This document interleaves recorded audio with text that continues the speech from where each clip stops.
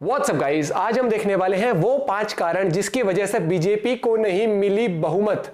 ये गलती जिंदगी भर नहीं भूलेंगे मोदी। इंटरेस्टिंग टाइटल है। क्या कुछ है, बहुत सारी चीजें हैं। जैसे यूपी जहां इनको जीतना चाहिए था वहां पर बहुत बड़ा उलटफेर हुआ है। देखते पूरी वीडियो। ओरिजिनल वीडियो का लिंक है डिस्क्रिप्शन में। 1 2 3 गो।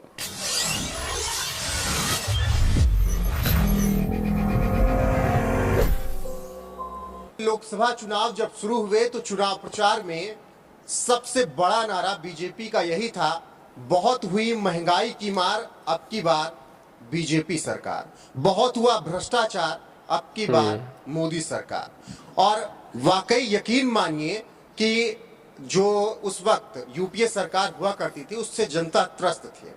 और यही कारण था प्रधानमंत्री के लिए नरेंद्र मोदी के नाम का ऐलान हुआ तो जनता ने आंख मूंद कर कमल पर बटन दबाया। प्रचंड बहुमत के साथ सत्ता में बीजेपी पहली बार बहुमत के साथ आई और 5 साल तक सरकार चली। बीजेपी ने अपने कई वादे पूरे किए। फिर 2019 में बात हुई, मैं भी चौकीदार, और इस बार जनता ने नरेंद्र मोदी पर और ज्यादा विश्वास किया और उसका परिणाम था 303 से। इस बार 370 पर बात हुई, वो भी हटा दिया गया। राम मंदिर बनकर तैयार हो गया और बीजेपी को लगा कि 2024 में बात की जाए, अब की बार 400 पार। लेकिन जनता ने इस बार विश्वास नहीं किया और जनता ने बीजेपी को 250 सीट भी नहीं दी। 240-45 सीटों के बीच बीजेपी लटक रही है। अब अपने सहयोगियों को भरोसे है कि वो ठीक ठाक रहें और साथ में रहें ताकि सरकार चल जाए और नरेंद्र मोदी तीसरी बार प्रधानमंत्री बन जाए। अब कारण क्या है इसके पीछे का? क्यों बीजेपी के साथ ऐसा हुआ कि उसे 2 बार प्रचंड बहुमत मिला और तीसरी बार जब सब कुछ उसने कर दिया, सब कुछ करके दिखाया, क्यों नहीं मिला? तो इसके पीछे का कारण समझने के लिए आपको 5 कारण मैं बताऊंगा और ये 5 कारण वाकई बीजेपी के लिए बैकफायर कर गए। सबसे पहला कारण है केवल और केवल एक चेहरे के भरोसे रहना और उसको नाम देना मोदी मैजिक। नरेंद्र मोदी केवल एक चेहरा है जो कि पूरे देश में बीजेपी के लिए प्रचार करते हैं और जो चेहरे हैं उनको इस तरीके से बढ़ाया नहीं गया। मैं बात कर रहा हूं उत्तर प्रदेश के मुखिया योगी आदित्यनाथ। ये हमने भी पूरे बोला। चुनाव प्रचार के दौरान केवल एक इंटरव्यू योगी आदित्यनाथ देते उसके हैं। अलावा कुछ और भी सोचिए कि पूर्वांचल में चुनाव होता है, अवध में चुनाव होता है और रीजनल चैनल पर भी वो नहीं बैठते हैं। आप जानते हैं कि मीडिया का कितना इन्फ्लुएंस होता है। तो केवल मोदी मैजिक के सहारे रहना बीजेपी के लिए परेशानी का सबब बना। दूसरी बात, बीजेपी के वोटर्स की नाराजगी।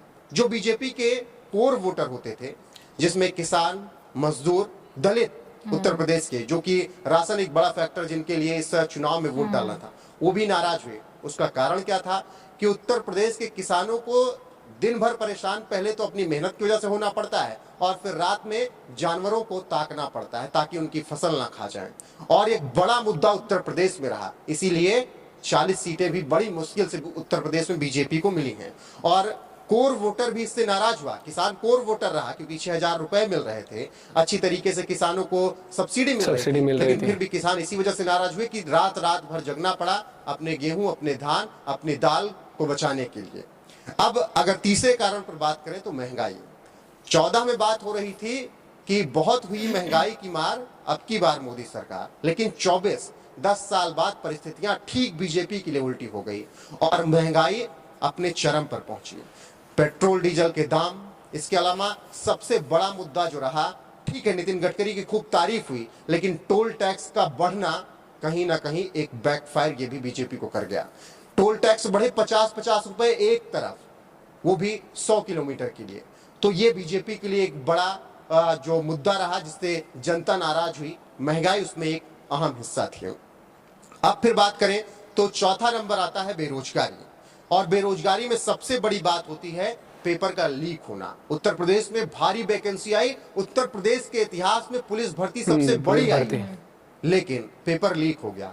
और उसके बाद उत्तर प्रदेश के मुखिया योगी आदित्यनाथ ने एक्शन भी लिया, पेपर लीक वालों के खिलाफ बुलडोजर भी चला और बच्चों की फीस माफ कर दी गई और यह भी कहा गया कि जो फॉर्म भरेंगे फ्री में भरा जाएगा।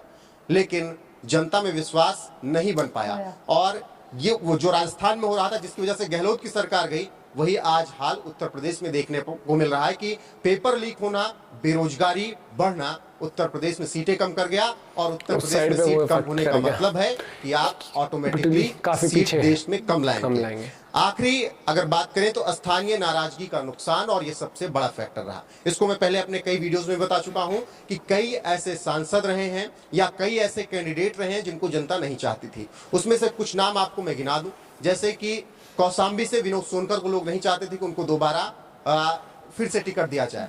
संगम लाल गुप्ता को प्रतापगढ़ से लोग नहीं चाहते थे, और यहां तक कि अमेठी से स्मृति ईरानी को लोग नहीं चाहते थे कि टिकट दोबारा दिया जाए, क्योंकि केएल शर्मा जिस तरीके से चुनाव लड़े, सबको ये डर था कि केएल शर्मा बड़े जाने पहचाने चेहरे अमेठी और रायबरेली में है, और सोनिया गांधी, राजीव गांधी तक का चुनाव उन्होंने मैनेज किया था वहां पर, तो वो जमीनी स्तर पर बहुत काम किया।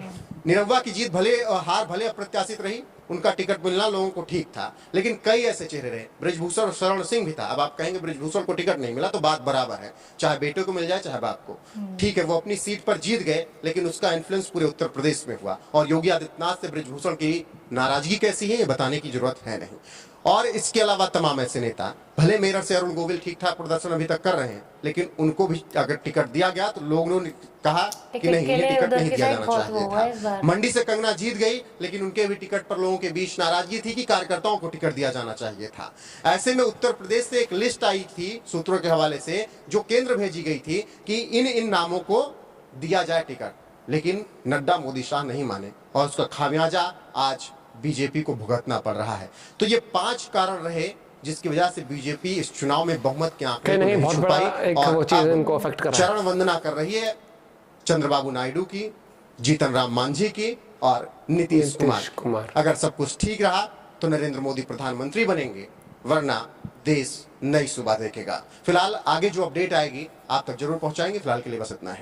ये चीज तो है, यूपी के अंदर एक तरीके से ब्लंडर ही हुआ है, और जितना अनुमान लगा गया था उसके आसपास भी सीट नहीं आई है बीजेपी की वहां से, और यही एक बहुत बड़ा रोल प्ले कर गया है कि अब कि एक तरफा सरकार आने की जगह अब मिली जुली थोड़ी सी वही एनडीए वाली आएगी, जहां पर आपने देखा था कि बीजेपी को अकेले अपने दम पर सरकार बना लेती थी। और ये चीज है, लोगों का कहीं ना कहीं फिर वो चीज हो जाती है कि आपको कैंडिडेट ऐसा हो जो जमीनी स्तर पर वहां से पॉपुलर भी हो, लोग भी सपोर्ट करना चाहे, वो चीज हो जाती है, और वो हुई है। और मुझे लगता है कि एक बहुत बड़ा रोल होता है उसका सोशल मीडिया का, आपके बड़े बड़े लीडर्स का, जिसमें कि योगी जी यूपी में अगर रिगरस उनको वो पहचान उस तरीके से दी जाती है, सिर्फ एक वो जो वहाँ के वो वाले चैनल से उनकी भी जो एक ही अटेंड नहीं करते, ये हमने भी कल बोला। आप ये देखो, राहुल गांधी के हर दूसरे दिन भाषण कोई ना कोई आता था, ठीक है, वहीं पर योगी जी का भाषण, मैं ये कल भी बैठ के डिस्कस कर रहा, आज भी सुबह भी ये कर रहा, यार योगी जी के भाषण तो कहीं वायरल ही नहीं होते, कहीं कुछ आ ही नहीं रहा। लगा कि इस पूरे इलेक्शन में वो है कहाँ, क्योंकि मोदी जी के बाद अगर हम बात करें तो बहुत बड़ी छवि है योगी जी की, और वो इस इलेक्शन में बिल्कुल ही मतलब